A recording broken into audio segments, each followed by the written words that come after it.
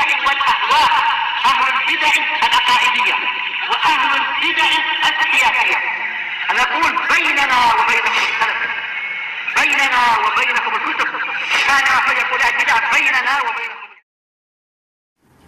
Qala al-Imam an-Nawawi rahimahullahu taala al-haditsul khamis wa samanun ba'da salasimi'ah 385 wa an ibni Abbas radhiyallahu anhuma qala qadima Uyainah bin Hisn al-Fazari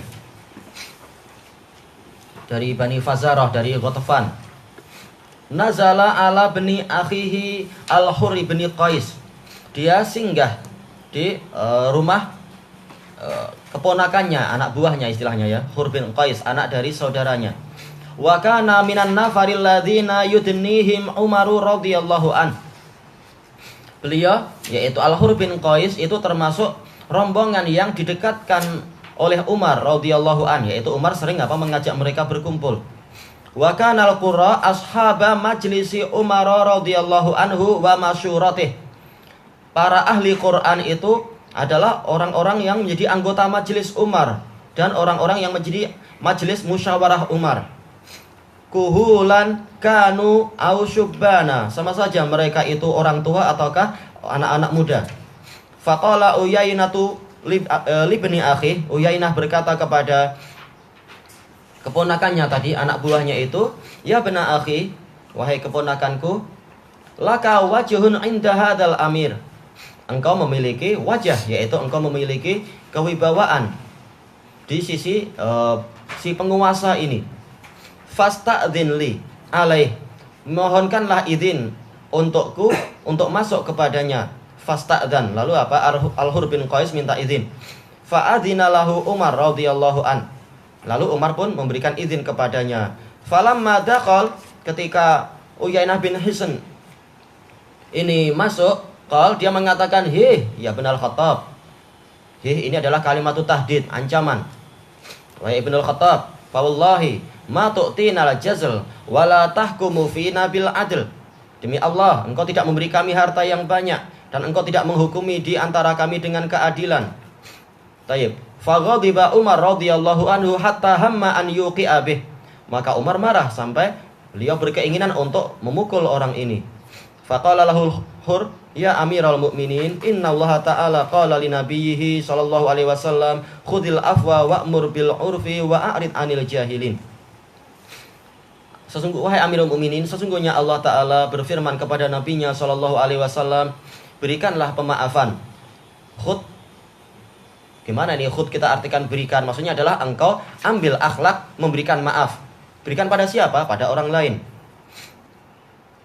Dan perintahkan kepada yang ma'ruf dan berpalinglah dari orang-orang yang jahil. Wa inna hadza minal jahilin, sesungguhnya orang ini termasuk orang yang bodoh. Wallahi ma jawazaha Umar radhiyallahu anhu hina talaha alaih. Demi Allah, Umar radhiyallahu anhu tidak melampaui ayat ini ketika dibacakan kepada beliau, ketika Hurr membacakan ayat ini kepada beliau. Wa kana waqafan inda kitabillahi ta'ala, dan betul-betul beliau itu senantiasa berhenti di sisi kitabullah azza wa jalla.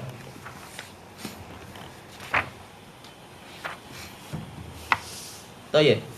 Disebutkan di sini oleh Ibnu Abbas radhiyallahu anhuma, beliau mengatakan qadima Uyainah bin Hisn, Uyainah bin Hisn al-Fazari radhiyallahu an, beliau tiba, yaitu pergi ke Madinah, dari Ghatafan pergi ke Madinah. Disebutkan di dalam syarahnya adalah bahwasanya Uyainah bin Hisn ini termasuk al-mu'allaf qulubuhum, orang-orang yang hatinya dilunakkan. Yaitu karena dia sudah lama sebenarnya, tapi Rasulullah tetap berusaha melunakkan hati dia ketika periode Madinah. Ini sudah lama sebenarnya. Bukan dia masuk Islam ketika periode Mekah, bahkan bukan masuk Islam ketika Rasulullah SAW menaklukkan Mekah. Bahkan di Madinah dia sudah sering menjumpai Nabi, sering minta uang, minta ini, minta itu, sebagaimana disebutkan dalam hadis Muawiyah juga. Bahkan kadang menyindir Nabi ketika ketika merasa nggak dapat apa-apa, padahal Rasulullah akan memberi. Cuma memang dia ini adalah orang yang kasar. Maksudnya adalah dari dari orang Badui. Karena kalau kita nggak hati-hati, sebagian Hizbiyun mengatakan, oh ini menghina sahabat ini. Nah, itu mereka sebutkan itu, padahal bukan maksudnya menghina sahabat, tapi sebagaimana yang disebutkan dalam syarah. Disebutkan oleh Syekh Utsaimin juga dalam apa? Syarah Riyadhus Shalihin. Bahwasanya memang orang ini adalah orang Badui, memang Badui. Sehingga apa? Di zaman Nabi pun gayanya kasar kepada Nabi Shallallahu Alaihi Wasallam dan pernah menyebabkan apa? Terjadinya perselisihan antara Abu Bakar dan Umar sampai turun ayat di dalam apa? Surat Al-Hujurat itu. Tapi Rasulullah sabar dan berusaha terus apa? Memberikan apa itu? Zakat kepadanya. Karena apa? Demi Islamnya orang-orang Bani Fazarah. Walaupun pemimpinnya kayak gitu, tapi apa? Diharapkan rakyatnya itu jadi baik dan memang apa? Dia sangat ditaati. Manakala dia tidak pernah memerangi Rasul, walaupun kasar, tapi nggak pernah dia memerangi Nabi. Sebenarnya pernah sih, tapi apa? Setelah terjadinya apa itu? Selesainya perang Ahzab, maka dia jadi takhluk pada Nabi. Walaupun apa? Tetap bahasanya kasar dan sebagainya itu. Tapi apa? Kaumnya jadi apa? Taat kepada Nabi Shallallahu Alaihi Wasallam. Nah, ketika Rasulullah meninggal, maka apa? Abu Bakar, beliau tetap tidak pernah akan mau melepaskan sesuatu yang pernah dilakukan oleh Rasulullah. Dan ini kisahnya juga panjang. Terkait dengan apa? Bendera siapa? Usamah bin Zaid. Walaupun kaum muslimin sedang terkepung, tapi apa? Abu Bakar ketika diminta oleh Umar dan lain-lain untuk apa? Menarik kembali pasukan Usamah bin Zaid yang sedang ada di negeri Romawi itu. Untuk apa? Untuk menguatkan ibu kota. Maka Abu Bakar mengatakan, demi Allah saya tidak akan menurunkan bendera yang pernah dipancangkan oleh Rasulullah SAW. Maka apa? Tetap dikirimkan, tetap dilanjutkan tugas tersebut. Sampai apa? Heraklius yang pening. Apa-apaan ini? Mereka itu rajanya mati, tapi pasukannya mengobrak-abrik wilayah kita. Dan memang banyak benteng yang runtuh. Tayyib. Dan juga apa? Disebutkan di dalam hadis Abi Hurairah radhiyallahu an, para sahabat mendatangi Abu Bakar. Wahai Abu Bakar, ini Madinah betul-betul sedang terkepung. Maka apa? Bawa kembali pasukan Usamah itu ke sini. Maka Abu Bakar mengatakan, demi Allah, walaupun anjing-anjing yang najis-najis itu menyerang kaki-kaki ummahatul mukminin, saya tidak akan menarik kembali pasukan yang dikirim oleh Rasulullah. Tayyib. Dan memang bukan berarti kemudian tega kepada ummahatul mukminin dan sebagainya. Yang di Madinah masih banyak para jagoan, nggak perlu terlalu takut semacam itu. Masih ada siapa? Pedang Allah, masih ada Al-Faruq dan juga para sahabat yang lain juga. Demikian pula ketika apa? Ketika perang terhadap orang-orang yang murtad itu selesai, kemudian apa? Kemudian dilanjutkan untuk meruntuhkan negara kufur yang termasuk yang terbesar, yaitu Persia. Kemudian apa? Ada beberapa kritikan menjelang penyerangan Persia itu. Umar mengatakan, wahai Amirul Mukminin, sesungguhnya siapa itu? Khalid ibnul Walid, di dalam pedangnya itu ada rahq, yaitu ada kelancangan dan sebagainya, karena ada ijtihad yang Umar tidak setuju. Walaupun apa? Walaupun si Khalid ibnul Walid ini beliau baik, tapi kadang apa? Ya namanya manusia boleh ijtihad. Ada beberapa ijtihad yang Umar tidak setuju. Di antaranya adalah apa? Untuk menakut-nakuti orang Arab agar tidak lagi memberontak kepada pemerintah muslimin. Yaitu apa? Ada satu pemimpin Arab yang berjaya ditangkap, diserang dan ditangkap, kemudian dipenggal kepalanya, kemudian dimasukkan ke dalam tungku, setelah masak dimakan oleh siapa itu? Khalid bin Walid. Ini memang betul-betul orang Arab takut. Wah, ini kalau kita mati kita dimakan ini. Takut mereka. Cuma Umar melihat, oh ini nggak betul lah cara macam ini. Juga apa? Begitu dapat ghanimah langsung dibagi kepada tentaranya. Sehingga memang tentaranya itu sangat apa? Sangat berbakti kepada pemimpinnya. Sementara Umar melihat bukan seperti itu caranya, yaitu apa? Tetap seperlimanya diberikan kepada Ahlul Bait dan lain-lain. Nah, baru sisanya diberikan kepada tentara. Sementara apa? Khalid ibnul Walid walaupun beliau membuat kaya pasukan, beliau sendiri sangat miskin, nggak punya apa-apa beliau. Ini ijtihad. Dan beberapa perkara yang lain yang menyebabkan apa? Umar itu merasa tidak setuju. Maka Umar bilang kepada siapa itu deh? Abu Bakar As-Siddiq untuk apa? Turunkan siapa itu? Khalid bin Walid dan ganti dengan yang lain. Nah, Abu Bakar mengatakan, demi Allah saya tidak akan menyarungkan pedang yang telah dihunus oleh Rasulullah. Memang Abu Bakar seperti itu. Maka demikian pula masalah apa? Masalah tadi al-mu'allaf qulubuhum. Walaupun apa ini sudah lama masuk Islam, tetap diberi oleh Abu Bakar selama siapa? Selama Rasulullah telah memberikan kepada orang itu. Cuma ketika di zaman Umar lihat ini sudah lama masuk Islamnya, harusnya apa? Dia sudah tahu tentang keagungan Islam, keindahan Islam, sudah cukup hujah. Maka apa? Enggak perlu lagi dia dikasih, bahkan apa? Harusnya dia lebih berbakti kepada apa? Pembelaan kepada Islam dan sebagainya. Maka apa? Setelah itu Umar tidak lagi memberikan apa itu? zakat kepada Uyainah bin Hisn. Tapi apa? Tetap memberi dari sisi apa? Dari sisi rotib. Karena seluruh rakyat dapat rotib. Dapat apa itu? Pembagian dari Baitul Mal. Dan yang paling akhir untuk mendapatkan bagian adalah apa? Dari Bani Adi, dari keluarga Umar. Jadi betul-betul beliau adalah orang yang sangat adil. Bahkan keluarganya diakhirkan, yang lain-lain diberi walaupun badui. Cuma Uyainah bin Hisn ini berpandangan lain. Ini dulu saya diberi oleh Rasulullah, sekarang nggak diberi pula. Walaupun diberi dari jalur lain, tetap dia merasa tidak suka seperti ini. Maka dia datang ke Madinah untuk masalah itu. Nah, inilah yang dibahas oleh para pensyarah, bahwasanya apa? Terkadang memang masih tersisa pada diri dia karena namanya badui. Maksudnya bukan berarti beliau itu sangat buruk, enggak, beliau juga punya kebaikan. Cuma faktor ini yang menghalangi beliau untuk apa? Mendapatkan pemahaman terhadap syariat. Rasulullah bersabda, "Man bada jafa." Barang siapa menjauh maka hatinya akan kaku. Allah Ta'ala telah berfirman, "A'rabu asyadu kufra wa nifaqa wa ajdaru alla ya'lamu hududa ma anzalallahu ala rasulih."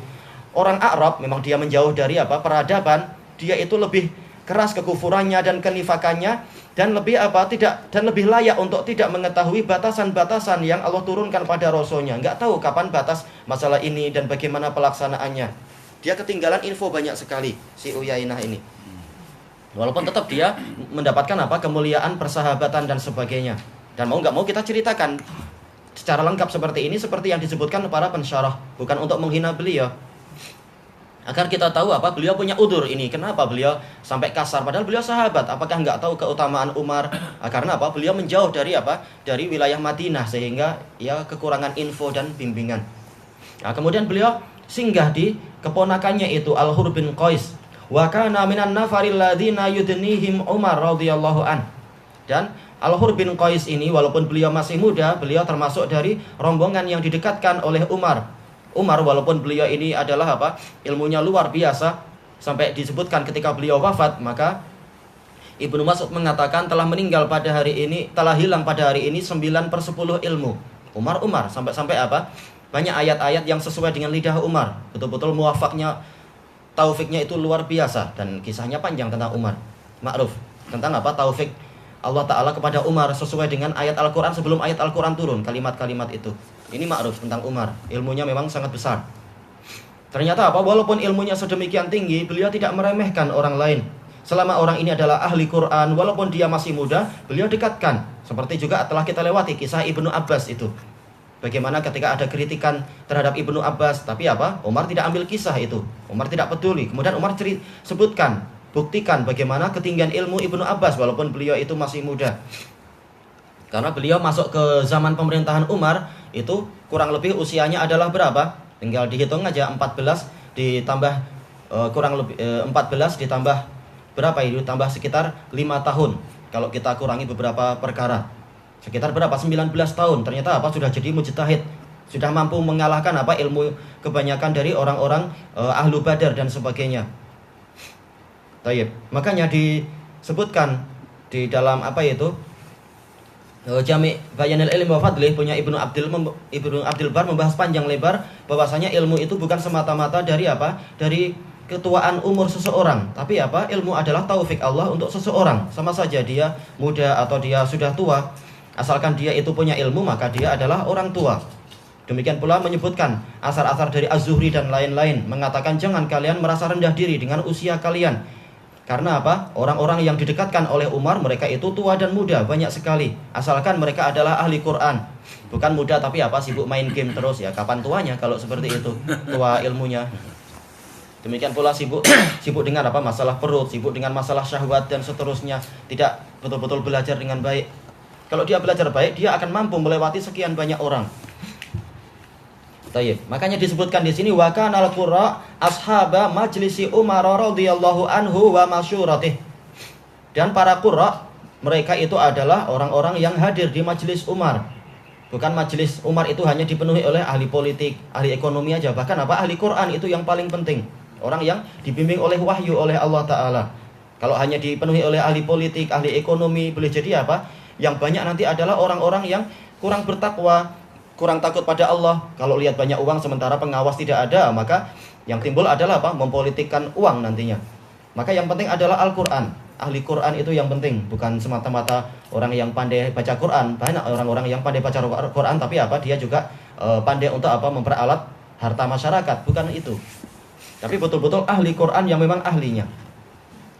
Tayyib, kuhulan kanu au syubbana. Baik mereka itu tua ataupun masih muda. Tayyib. Dan kita lihat hadis ini juga menunjukkan keutamaan Ibnu Abbas radhiyallahu anhuma. Yaitu apa? Jelas walaupun beliau muda, Hur bin Qais juga muda, tapi apa? Tingkatan Ibnu Abbas tidak mungkin dicapai oleh Hur bin Qais. Ibnu Abbas dapat ilmu langsung dari Rasulullah. Tapi walaupun demikian apa? Ibnu Abbas mau menceritakan keutamaan orang yang lebih rendah dari beliau. Yaitu apa? Keutamaan Hur bin Qais. Tidak kemudian, oh ini datang setelah saya, ini saingan saya lah. Enggak seperti itu. Tapi apa? Semuanya saling membantu, saling mendukung, saling menyemangati orang untuk mengambil ilmu dari saudaranya dan sebagainya. Makanya apa?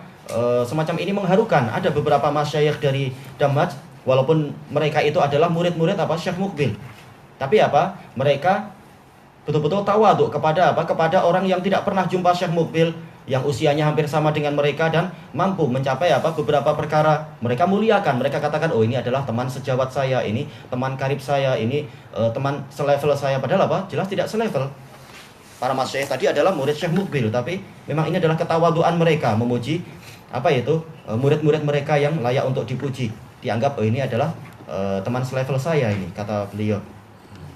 Dan ini ada salafnya, yaitu Ibnu Abbas, mau menyebutkan keutamaan apa? Orang yang di bawah beliau. Kemudian apa? Uyainah bin Hisn ini berkata kepada keponakannya tadi, ya bena akhi, laka wajhun inda hadzal amir. Wahai anak dari pamanku, hei anak dari saudaraku, keponakanku, engkau memiliki kemuliaan, engkau memiliki wibawa di sisi amir ini. Disebutkan oleh sebagian pensyarah, ini menunjukkan apa? Kerasnya hati Uyainah bin Hisn. Tidak mengatakan Amirul Mukminin dan kalimat-kalimat yang agung, tapi sekitar hadal amir. Menganggap keadaannya seperti zaman jahiliyah, masing-masing apa? Kabilah punya amir. Ini kalimat yang tidak layak, walaupun tidak sampai itu salah, tetap Amirul Mukminin ya amir juga, tapi apa? Sudah derajatnya tentunya lebih tinggi. Ini adalah apa? Penggunaan bahasa yang tidak layak sebenarnya, kata sebagian pensyarah. Fasta'dzin li alaih, mintakan izin kepadaku, untukku kepada beliau, kepada dia. Ini menunjukkan apa? Disyariatkannya untuk apa? Untuk mencari wasitoh, yaitu perantara, mencari wasilah untuk menyampaikan kita kepada apa? Apa yang kita inginkan. Dan ini adalah boleh seperti itu. Perantara yang dianggap dia itu dekat kepada apa? Kepada orang tersebut. Dan ini adalah apa? Untuk diantara manusia. Adapun antara manusia dengan Allah, Allah menyuruh untuk langsung doa kepadanya, ud'uni, berdoalah kepadaku, bukan malah justru apa? Berdoa kepada yang lain, kepada yang lain, kepada yang lain sampai kepadaku, bukan itu. Tapi berdoalah kepadaku langsung. Tidak seperti yang dialami, yang dilakukan oleh apa? Oleh orang-orang sufi yang mereka itu justru menjadikan apa? Adanya perantara-perantara di dalam beribadah kepada Allah Ta'ala. Sehingga apa? Justru ada orang musyrik, begitu dia masuk Islam dia bingung. Dulu ketika saya masih musyrik, saya biasa melakukan yang seperti ini, minta berdoa kepada ini, kemudian ini menyampaikan pada yang itu menyampaikan pada wali yang itu, baru kemudian kepada Allah. Kemudian saya dapatkan dalam Al-Quran doa itu langsung pada Allah, dan saya tahu ini dia yang betul. Untuk apa kita harus pakai perantara? Letih sekali kita. Sudah langsung kepada Allah dan ternyata doa saya dikabulkan. Setelah saya masuk Islam, kenapa justru kalian, yaitu orang-orang sufi, mengajak kami kepada ajaran yang dulu saya tinggalkan? Kembali kepada jahiliyah lagi. Ini ajaran yang dulu saya tinggalkan, dan Nabi kalian justru memerangi ajaran itu. Kenapa kalian ajak seperti ini lagi? Memang aneh. Berarti siapa yang lebih islami berarti? Itu adalah pertanyaan yang wajar dari apa? Orang yang masuk Islam tadi. Setelah saya masuk Islam, justru kenapa saya diajak seperti dulu lagi? Mencari perantara-perantara di dalam ibadah dan seterusnya. Tayyib. Maka untuk masalah mencari perantara yang semacam ini, yaitu masalah apa itu? Perantara di dalam menyampaikan hajat, ini bolehnya adalah antar makhluk saja, yaitu tidak di dalam masalah ibadah. Tapi kalau mau kepada raja atau mau menjumpai orang yang sangat tinggi, yang biasanya kita harus lewat perantara. Jarang kita mampu untuk berjumpa langsung. Banyak protokol dan sebagainya itu. Baik, kelanjutannya besok insyaallah. Wallahu a'lam.